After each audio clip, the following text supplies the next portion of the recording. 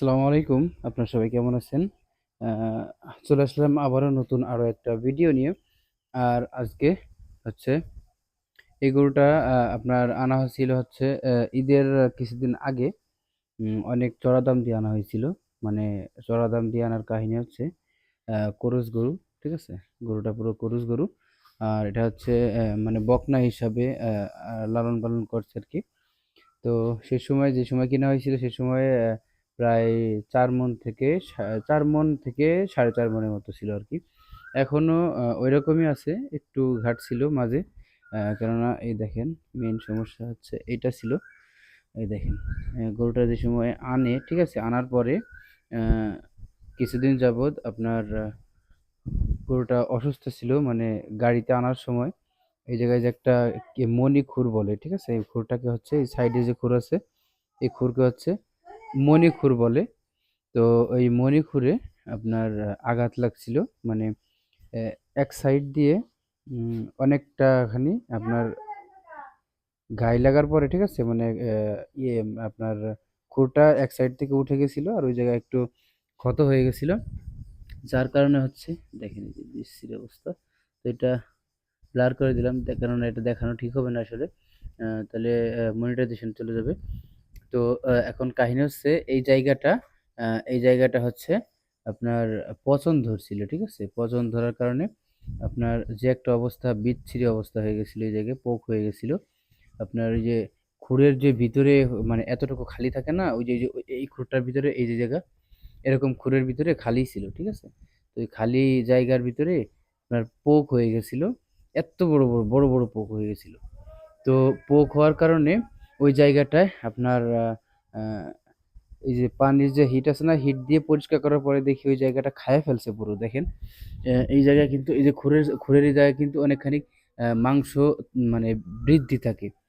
তো ওই মাংস সব ওই জায়গা থেকে খাইয়ে গর্ত করে ফেলছে। আমরা প্রথম কয়েকদিন খেয়াল করিনি, পরে পা ফুলে গেছে, পরে দেখি যে ওই খুরটা নড়বড়, ঠিক আছে? তারপরে ভিতর দিয়ে পরিষ্কার করার পরে দেখি ওই অবস্থা, পোক হয়ে গেছে। তারপরে ওইখানে আপনার হচ্ছে কিছু ওষুধ হচ্ছে আপনার ডাক্তার দিয়ে গেছিল, মানে ডাক্তার ডাক দেওয়া হয়েছিল। তো আহ, সে কিছু মানে ওষুধ দিয়ে গেছে, কিছু ইঞ্জেকশন দিয়ে গেছে। বলছে এটা মানে প্রথমে মনে হয়েছিল দেখে যে আপনার পা জ্বরছে, ঠিক আছে? এর এত ফোলাফুল ছিল। তো তারপরে বললো যে না, পা জ্বরে না। এরপরে দেখলাম খুর চেক করে যে খুরে ওই অবস্থা।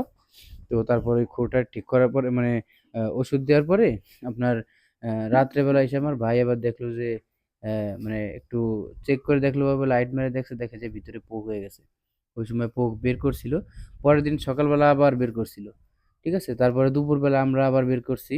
এরপরে ওই দিন রাত্রেবেলা আর বের করার পরে ভালো কথা, বের করছিলাম, বের করার পরে হচ্ছে আপনার ওই যে কি বলে আহ, এই দেখেন এই যে হচ্ছে নেতফুল গুঁড়ো করা, ঠিক আছে? নেতফুল আর হচ্ছে আপনার ওই যে প্রথম কয়দিন দিয়েছিলাম, এখন দেওয়া বাদ দিয়ে দিছি, সেটা হচ্ছে নারকেল তেল।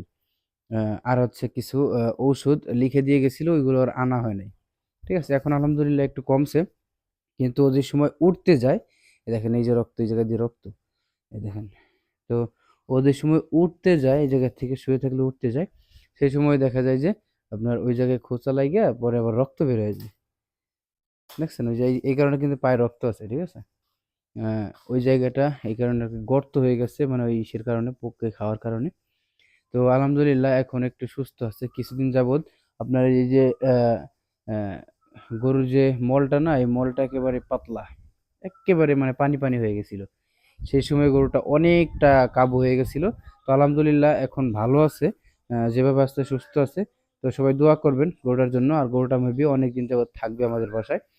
কিছুদিন আগে কিন্তু এই জায়গায় গরু ছিল প্রায় ১০টা ১২টা গরু ছিল। আসলে ৯টা গরু সিট করা মানে এই জায়গায় গড়া করা আছে, তারপরেও ১০টা ১২টা গরু ছিল। কেননা জানেন ঈদের সময় আমাদের যে একটা চাপ গেছে, এই কারণে হচ্ছে আপনার গরু বেশি ছিল। আরো ওই গাছের মাঠে ইসে কি জানি বলে, গাছের বাগানে বাঁধা ছিল।